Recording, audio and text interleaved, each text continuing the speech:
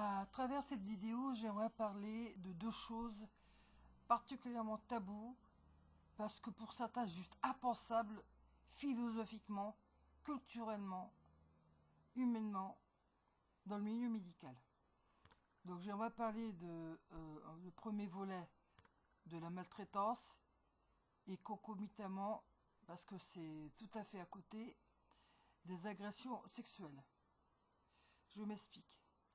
Premièrement, concernant la maltraitance, je vais d'abord parler de maltraitance sociale et de discrimination. Il faut savoir que, premièrement, je suis handicapé. Il faut savoir qu'il y a un réel mépris discriminant et déshumanisé concernant les personnes en situation de handicap. Je vais prendre mon expérience d'il y a 2 ans au CHR, où j'étais en soins intensifs en cardiologie et néphrologie, et où, parce que j'avais eu une septicémie, donc on faisait des perfusions d'antibiotiques puissants, dont l'un des effets majeurs était d'avoir des diarrhées. Donc j'étais immobilisé dans mon lit, et donc j'avais une sonde pour l'urine, et je devais faire dans un bassin, et je vais vous épargner les détails, jusqu'au jour où une nuit, il y a des, entre guillemets, soi-disant pseudo aides-soignants de nuit, qui en avaient marre de m'enlever le bassin, et qui, au mépris de ma propre dignité, voulaient m'obliger à mettre carrément des couches, ce que j'ai refusé. Donc à la fin, ils ont fini par me mettre des alaises. Mais le nombre de nuits où on m'a laissé, excusez-moi, traîner dans ma pendant des heures et des heures, ça m'est arrivé, et ça c'est complètement inhumain. Donc maintenant je vais parler aussi de discrimination de plusieurs catégories de personnes. D'abord, depuis que la CMU existe, il y a une véritable discrimination sociale des personnes qui ont la CMU, notamment pour les spécialistes. Lorsque j'étais valide, que j'étais sous RMI, RSA, que j'étais sous CMU, le nombre de spécialistes qui me disaient par téléphone, soit eux directement ou leur secrétariat me disant on ne prend pas de gens qui sont à la CMU, je vous explique même pas le nombre de fois, c'était carrément du 9 fois sur 10, ce qui en plus était complètement illégal. Parce que on n'a pas le droit de refuser de soigner quiconque au regard qu'il ait la CMU ou l'aide médicale légale.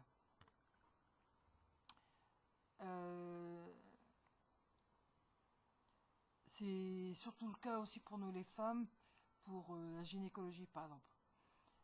Discrimination aussi au regard de, entre guillemets, même si je vais ce thème, l'orientation sexuelle. Les transidentitaires sont particulièrement méprisés et maltraités de la part du corps médical. Regardés comme des bêtes curieuses et particulièrement maltraités. Il suffit d'aller sur internet et notamment sur YouTube ou des blogs ou tout simplement les réseaux sociaux pour en avoir des témoignages vibrants et poignants. Il y a aussi une discrimination des femmes lesbiennes et bisexuelles concernant les gynécologues.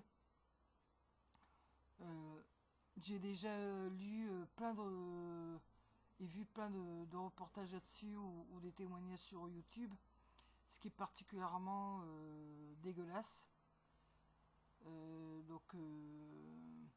Et y compris dans des endroits où supposément qu'il y ait de la tolérance, comme même dans des endroits entre guillemets bienveillants comme le planning familial, il y a même déjà eu des cas de lesbophobie, de biphobie de la part des personnels de ces endroits-là, et plus généralement de tous les endroits où il y a des gynécologues, que ce soit dans le privé ou à l'hôpital, ou voilà quoi. Et j'aimerais aussi vous dire que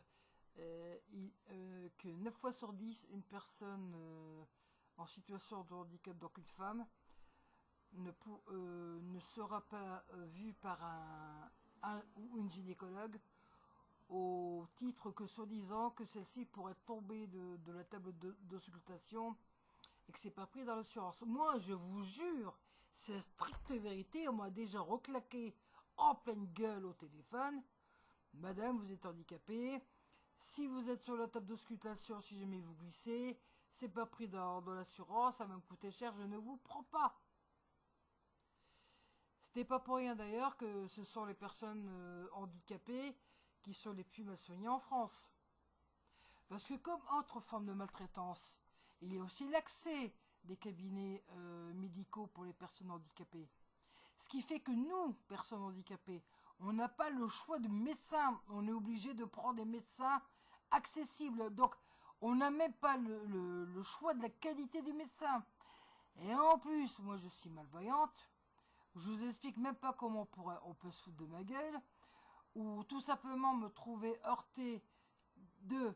J'aurais beau aller dans un cabinet médical accessible, si entre l'entrée et l'accès au cabinet médical, que je ne peux tout simplement pas savoir où se trouve le cabinet, pour le simple motif que je ne sais pas lire le nom sur la sonnette. Donc je peux vous assurer que lorsque vous êtes dans une situation où vous êtes non seulement une personne à mobilité réduite, mais que vous êtes également malvoyant, ce qui est mon cas, je vous explique même pas la double peine.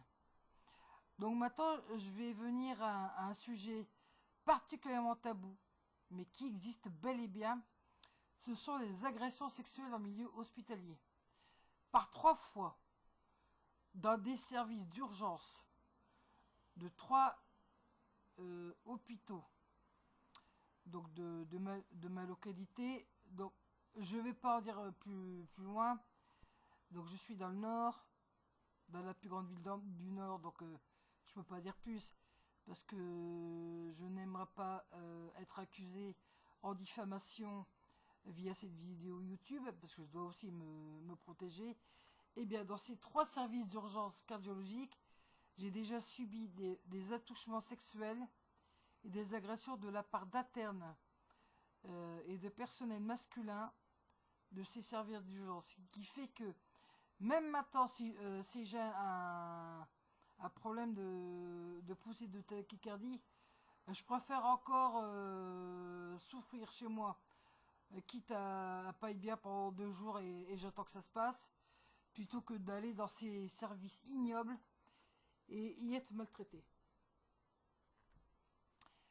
Sinon, lors d'examens aussi, chez les spécialistes notamment, je me souviens il y a à peu près une vingtaine d'années, par 2-3 fois chez des rhumatologues, j'ai déjà été victime d'attouchements de la part de médecins masculins qui me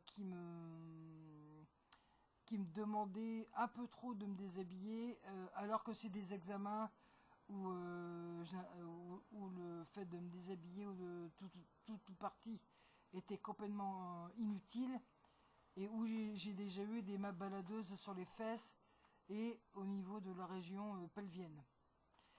Le pire que j'ai subi, c'était chez un cabinet privé de neurologie où je faisais des examens concernant l'évolution de neuropathie diabétique périphérique aux mains et aux pieds, où il y a carrément le neurologue qui s'est mis à vouloir me toucher la poitrine. Et, donc, en fait, j'avais ce qu'on appelle un t-shirt tunisien. Vous savez, c'est les petits t-shirts où vous avez donc, vous avez un petit décolleté comme ça avec des petits croisillons, avec des petits rubans, avec des anneaux. Donc, moi, c'était un printemps comme maintenant où il faisait chaud. C'était un tout petit peu ouvert et encore jusque là. et où il a voulu, et donc il avait mis sa main sur ma poitrine, et il a cherché à mettre ses deux mains sur mon t-shirt, et alors que j'avais des aiguilles dans les mains, il s'est mis à mettre ma main sous la jupe, ce qui fait que j'ai dû arracher les aiguilles des mains, et je me suis sauvé à moitié dénudé dans la rue. Et donc il y avait juste en dessous du cabinet médical, il y avait une agence d'intérim. Donc en plus ce jour, il s'était mis à pleuvoir. Donc je me suis réfugié dans cette agence d'intérim. J'ai expliqué le cas à la réceptionniste, qui m'a permis de me rhabiller donc dans les toilettes de l'agence, et qui m'a offert un café, et avec qui j'ai pu parler. Et après j'ai pu rentrer à mon domicile. Donc je sais aussi qu'il existe des cas d'attouchement, notamment lors de toilettes faites par du personnel masculin dans les hôpitaux. C'est pour ça que maintenant, vous pouvez remarquer que lorsqu'il y a une toilette, c'est soit une ou deux personnes féminines qui vous la font, ou alors si jamais il y a un nettoyant qui va vous faire votre toilette, vous aurez toujours, si vous êtes une femme, une nettoyante femme, justement pour pas qu'il existe ce genre de choses. Euh, Aussi, donc pour en revenir aux agressions en milieu hospitalier, donc de voir comment aussi parfois on vous maltraite lors de la douche, où vous êtes littéralement pressé, surtout quand vous êtes une personne handicapée, que c'est pas évident, donc on vous presse de vous laver. Or il faut quand même ce que je dirais le minimum vital. Donc voilà, donc je pense avoir bien balayé donc ce qu'était la maltraitance, et aussi les agressions sexuelles en milieu médical. Donc voilà, donc je parle que pour mon cas, et de divers exemples que j'ai déjà pu constater tant sur les réseaux sociaux que sur des blogs, ou simplement des témoignages de YouTube. Donc voilà, je vous remercie encore une fois de m'être fidèle, d'avoir regardé cette vidéo, et à une prochaine fois. Je vous embrasse. Bonne cette journée.